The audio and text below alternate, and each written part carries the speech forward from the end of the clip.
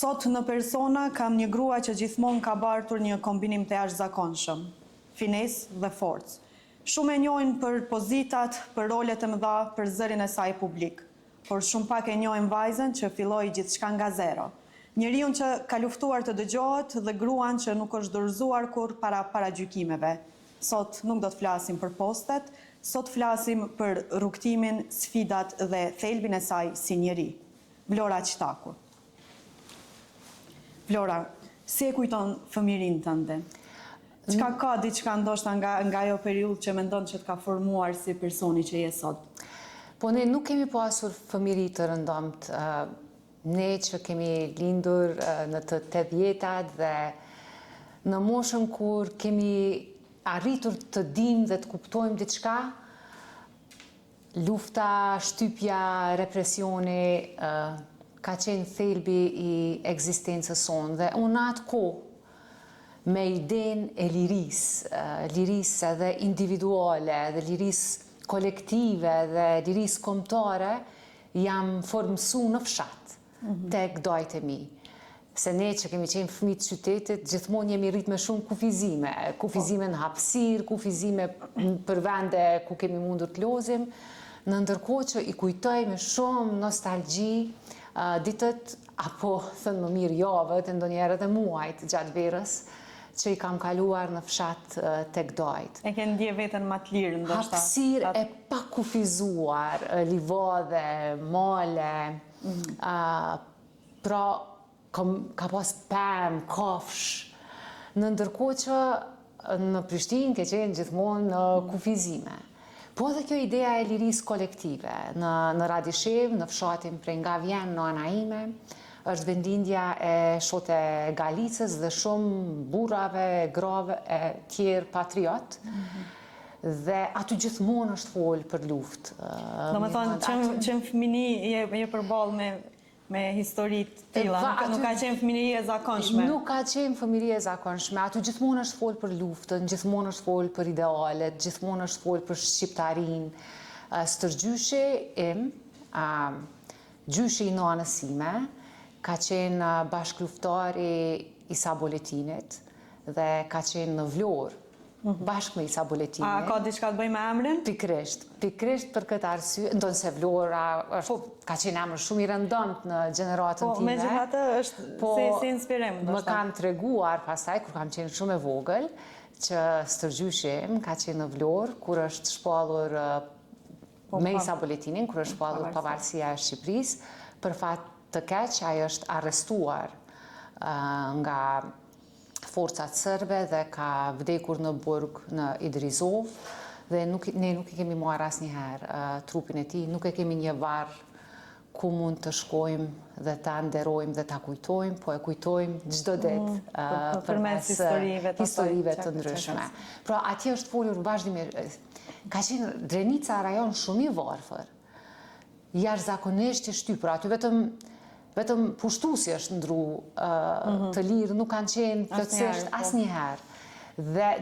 Dhe gjithmonë kanë qenë këto rrëfimet e luftës, historitë, lavdia ka qenë vlera më e madhe që e kanë pas, e kanë folë, e kanë komuniku dhe guximi. Me qartë. Me qenë se jemi të vlerat, po kthejmë prapë të fëmijëria, do me thonë, cilat janë ndoshta disa mësime që i mbani mend prej prindërve tuaj që edhe sot pak a shumë e shihni si udhërrëfyes në jetën? Kur kam qenë shumë e vogël, e mbaj mend, e prisnim unë edhe motrat nanën, kur vinte nga puna, e prisnim në balkon, kur ishte koha e mirë ose në dritare. Edhe nga shprehja e ftyrës nanës, unë edhe motrat e kemi ditë a ka pas student të mirë, a ditë në ligjerat ose në provim. Kur e shihnim buzëqeshur, e dinim që ka pas student mirë. Edhe nana na ka mësu, edhe mu edhe motrat, prej kur kemi qenë shumë të vogla, me ju gëzu suksesit të tjetrit. Po aq sa i gëzohesh edhe suksesit tonë, sepse një shoqëri mund të ecë përpara vetëm kur krijohet një masë kritike e njerëzve. Pa dyshim që është një vlerë shumë e mirë, fatkeqësisht në zhdukje të ne. Fatkeqësisht, edhe është përkeqare dhe punë, mundohem vazhdimisht me ushqy këtë ndjenjë edhe te miqtë e mi, edhe tek të tjerët. Suksesi të tjetrit duhet t'i gëzohesh gjithmonë, sepse vetëm kur shumë njerëz, kur të gjithë ecin përpara, shoqënia bën një përparim të qëndrueshëm. Prap gjatë kohës të rinisë, ndoshta cili, ose a e ke ndje atë momentin që ke thonë që, okej, unë nuk jam thjesht një vajzë e zakonshme që unë kom e bo gjonat më dhonë, ndoshta. A e ka pas një pikë kështu ku e ke thonë që unë jam ndryshe, ndoshta ndryshe prej. Nuk kisha me thonë që kam thonë që jam ndryshe, po gjithmonë, edhe kur kam qenë shumë e vogël, po edhe kur jam rritë, ndoshta ma mirë është me folë me prindin mi për këtë pjesë, po unë gjithmonë kam pas interes për jetën publike. Gjithmonë më ka interesu çka po ndodh në botë, çka po ndodh në Kosovë.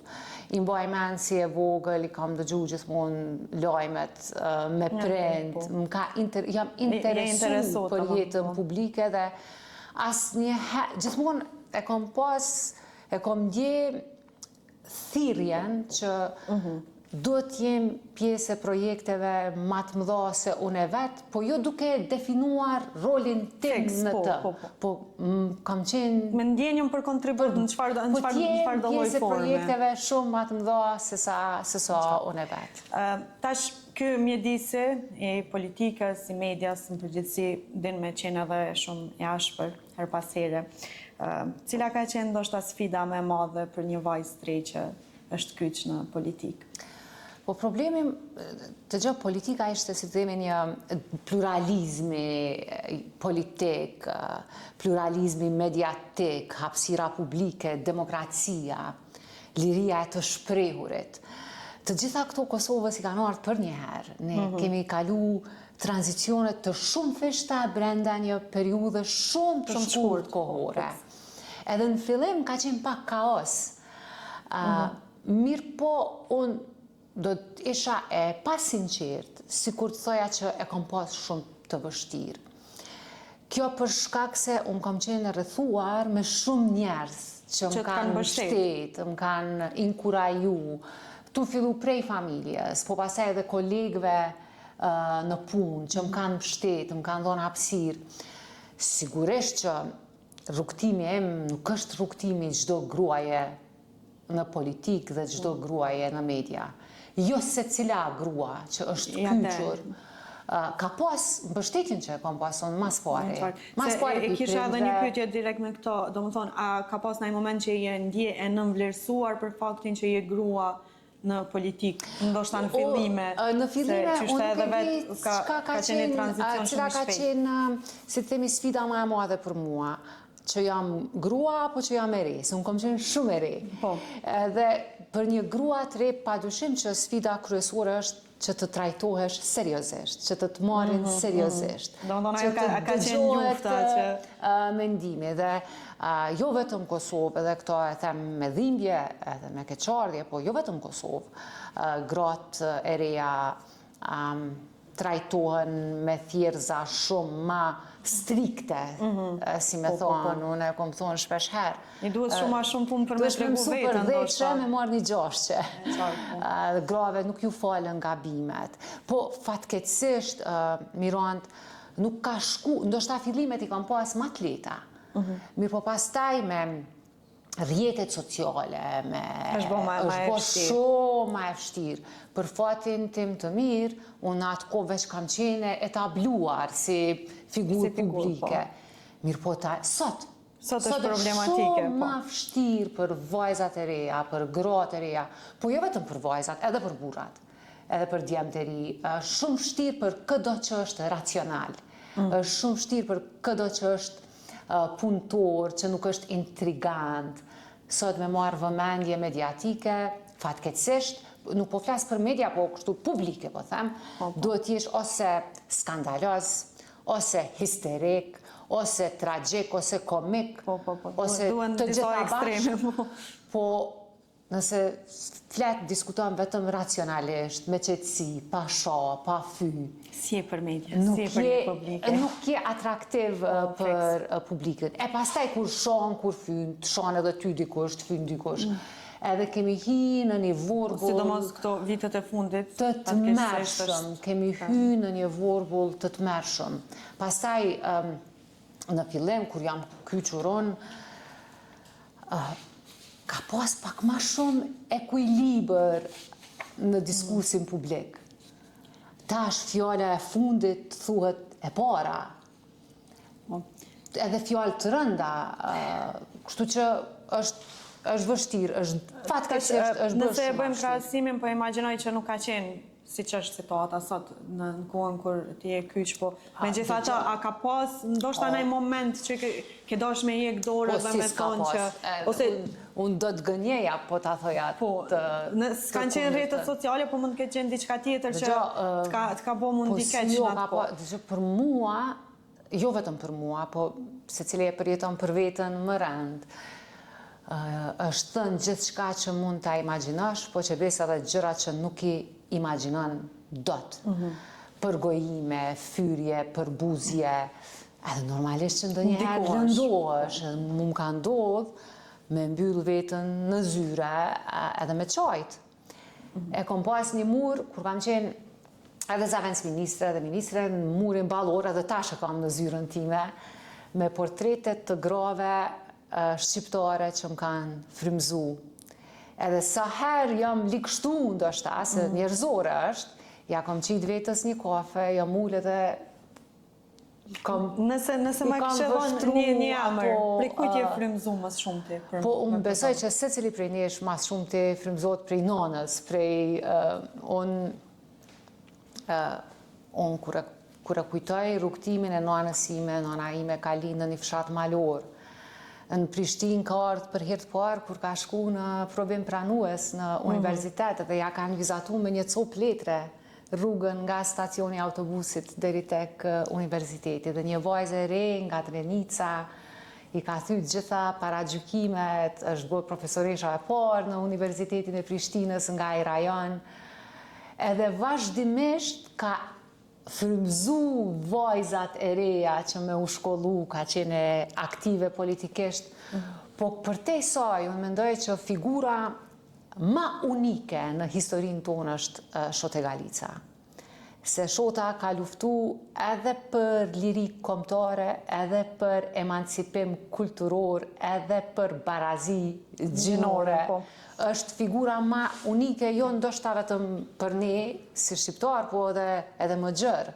Francesht e kanë Jeanne d'Arc dhe e kanë ngrit në piedestal, ndërkohë që ne si shoqëri kemi bërë shumë pak.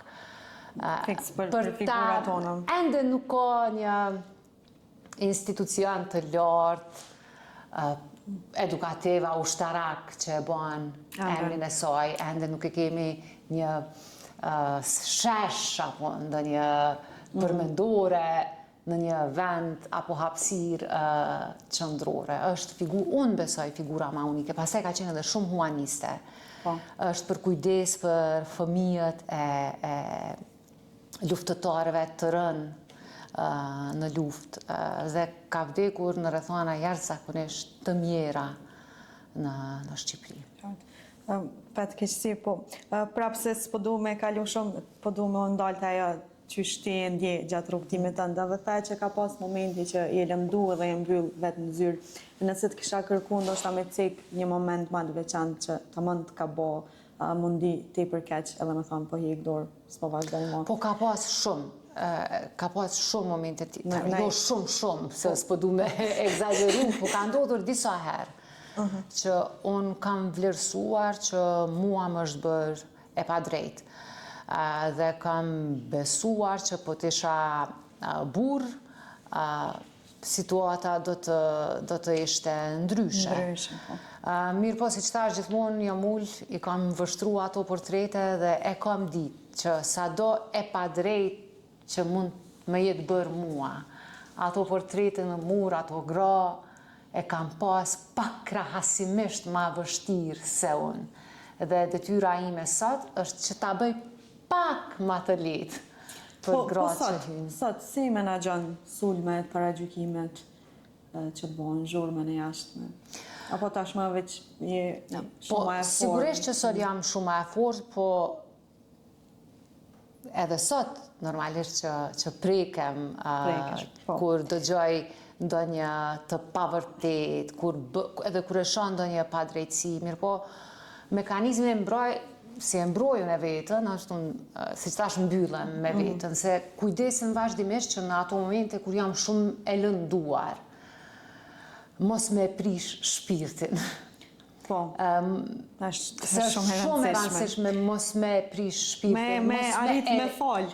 Me arrit me fal, po edhe për te asaj mos mu bo hakmarrse, mos me ndru vetën, mos me ndru këtë që je, se shumë letë është... Ne s'mundemi me i kontrollu veprimet e të tjerëve, po të paktën reagimin ndaj tyre. Po them që nuk është e vështirë, është e vështirë edhe mu më shdash me punu me vetën shumë, që me e mbrojt qenjen time nga çfarë do lloj situate pak këndshme që mund të ndodhë për rreth. Vlorë, a ke pas ndonjëherë frikë për familjarët për shkak të angazhimit politik? Ajo ka qenë friga ime e vetme. Friga më e madhe. Kisha me thore vetmja. Kështu për nga natyra, kur i hy një pune, nuk jam kalkulante, hy me tërë qenjen, po frika ime e vetme kanë qenë prindë e mi. Mu më të merran ideja e zhgënimit. Unë çdo ditë mundohem, nanën edhe babin i kam si me thonë bosull morale, edhe nuk do t'ja falja kur vetës, nëse do t'i zhgënjeja.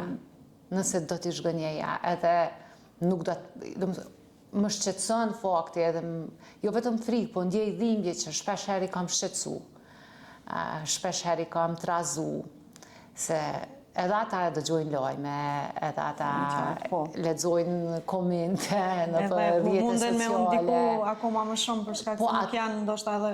Ata nuk është që nuk e njohin vajzën e vetë, mirë po unë e di që lëndohen. Edhe jo mundu m'ju thonë tonë kohën, mos lexoni, po e kohë. Po besoj që krejtë kemi këtë.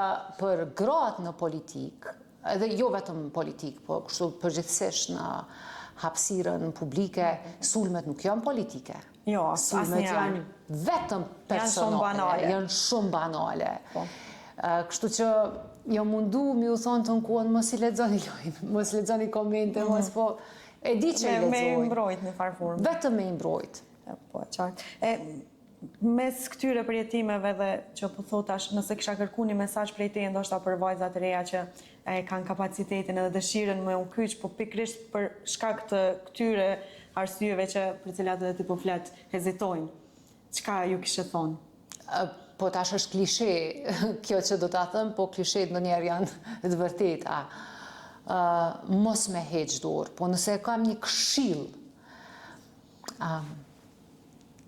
mos me rrugtu vetëm. Në projekte të mëdha, asnjëherë nuk bën të rrugtosh vetëm. Ke nevojë për miq, për koleg, për bashkëpunëtor. E di që egoja ndonjëherë është e madhe, edhe unë...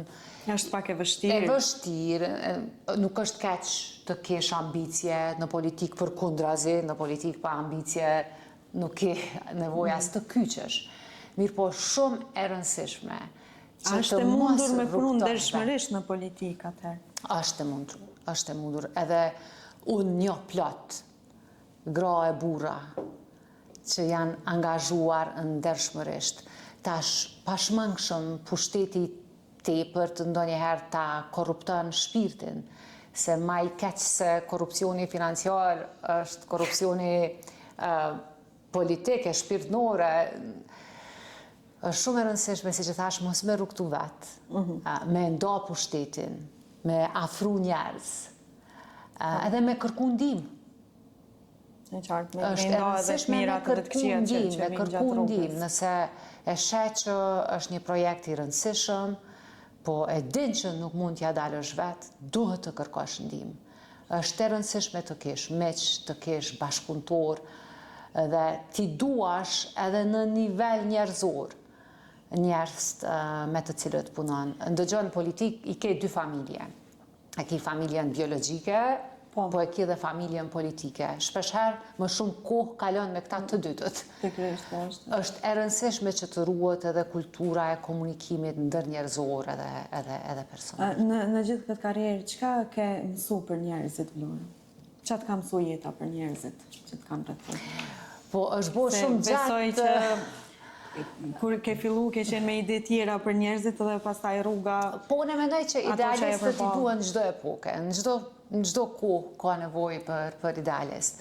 Edhe në këto 26 vite kam parë njerëz idealist, oportunist, kam parë njerëz që punojnë me nder, kam parë njerëz që thurrin komplote ndër skomsa, kam pa gjithçka. Besoj ke pa më shumë oportunist se sa. Po, ajo çfarë kam pa është që në fund fare, nga dhënjejnë idealistët. Se fitoret e vogla mund të fitohen nga oportunistët, po në fund fare... Do me thonë, beson të drejtësia hynore, të themi. Jo, është njerëzore dorën zemër, se rrethonat krijohen atë mënyrë që në fund të ndershmit dhe idealistët e fitojnë betejën. Çka e mbush sot shpirtin e Vlorës përveç karrierës? Që ta them kështu shumë sinqerisht, në nivelin profesional jam e përmbushur. Sikur dikush ti kish thonë Vlorës 15 vjeçare, ja ku e ke këtë letër të bardhë, edhe shkruaj këtu krejt çka ti don nga jeta. Unë nuk kisha pas imagjinat me shkru krejt çfarë më është dhënë mua nga kjo jetë. Unë s'kisha ditë me kërku me nënshkru deklaratën e pavarësisë. Nuk mu kish duk vetja e denjë, ose të flasë në do me thonë jeta ti ka sjellë gjonat më mirë se që ti ke menduar. Ndoshta edhe si gjenerate kemi pas këtë fat të mirë. Në nivelin personal, unë i kam 2 nipa, që i du si syt e ballit. Janë shumë të mirë për ndryshe. Janë shumë të mirë, edhe diçka që e kam mësu në SHBA, sa kam qenë, ata fëmijëve ju flasin qysh kur janë moshë të vogël, edhe për histori, edhe për luftë, kështu që janë 2 patriot, dë vërtet, edhe kaloj shumë kohë, sa shumë. Jo sa do të dëshiroj, apo aq sa ka mundësi. Me thonë drejtën nana, gjyshja e tyre, se atyre mas shumë t'ju kom hinë në hak, prindve të mi. Më thot, hajde se ka ardhë djeli. Si arsye për me të po. Okej, a ka diçka që ndoshta kishe dasht me harru edhe me lom pas? Me fshi prej memorjes. Po, unë mendoj që ne jemi këta që jemi, jo vetëm fal përvojave të mira, e rrugëve të lehta, po ne jemi këta që jemi edhe për shkak periudhave të rënda, të vështira, dhe ndoshta ndonjëherë mënyra se si reagon karshi dhimbjes të definon ma qartësisht si njeri. Se unë si vajzë e re, unë kam pa krimet të mërshme, e kam shkel me këmbë çdo fshat të Kosovës, njëherë me gazetarët e huaj, pastaj me misionin verifikues të OSBE-s. Dhe të gjitha ëndrat, ënkthet, i kam në kohën e luftës. Nuk kam ëndrat bukura, shumë pak. A vazhdon edhe sot? Vazhdoj edhe sot, edhe gjithmonë është në luftë, gjithmonë është e njëjta situatë, të njëjtin ankth e shoh. Po, unë nuk du mi harru ato. Unë du mi kujtu. Qartë. Po, nëse flasim pak për të ardhmen, ku e sheh veten në tutje? Cili është kapitulli tjetër? Si që thash, unë menoj që mu jeta më ka dhënë jashtëzakonisht shumë, edhe s'kisha ditë me ëndru krejt çfarë kam përjetu. Po, unë mendoj që detyra ime tani, po edhe, jo vetëm e imja, po e neve që i kemi taku asaj gjenerate që ka pas rastet të unike të papërsëritshme, se deputat do të kemi gjithë, edhe ministra, po vetëm një gjenerate i ka rënë nderi që t'jetë pjesë në nënshkruesi deklaratës pavarësisë, e proceseve unike të papërsëritshme. Unë besoj që detyra jonë si gjeneratane është që të ndihmojmë të krijojmë gjeneratën e re të liderëve. E sot është bërë shumë vështirë. Mirand, është bërë shumë vështirë. Kështu që unë po mendoj që detyra e jonë si gjeneratë tash është gjithsesi ata që ndjejnë që mund të vazhdojnë të kontribuojnë, po më shumë se për vetën, ne tani do të përqendrohemi në projektin e madh, me ndihmon përgatitjen e gjeneratave të reja, se mu shpesh më thojnë po Vlorë, po ti ende je re, po unë me mosh mund t'jem e re, po në politik jam në pozicion që re. Megjithatë ke ende për të dënë, mendoj unë. Po, patjetër. Me kalu të disa pyetje shumë më të shpejta, kështu qysh e përshkruan me një fjalë veten, Lora? Si një njeri që është munduar shumë. Frika më e madhe të tregova. E the, po. Edhe gruaja që ka frymzuar, është që mund t'i shgënjej prindrit ndonjëherë, ajo më frigon. Po edhe më udhëzon. Momenti që ju ndryshoi, ama si moment Lufta, kur e kom pa ushtarin e parë të ushtrisë çlirimtare të Kosovës në uniformë. Ka qenë krenari, ka qenë... Po, ka qenë aq e pa imagjinueshme për ne atëherë që ka burra e gra që e kanë mujt frikën edhe po luftojnë për vetën. Po luftojnë për ne. Po, tamam, për popullin. Edhe aty ajo ideja për me dhonë, për mi u bashkangjit projekteve më të mëdha se ti vetë. Idealet. Lorë, po të falenderoj shumë që ishte. Faleminderit. Ishte knaqësi e veçantë. Knaqësia ishte imja, faleminderit shumë. Ne shihemi në episodin tjetër.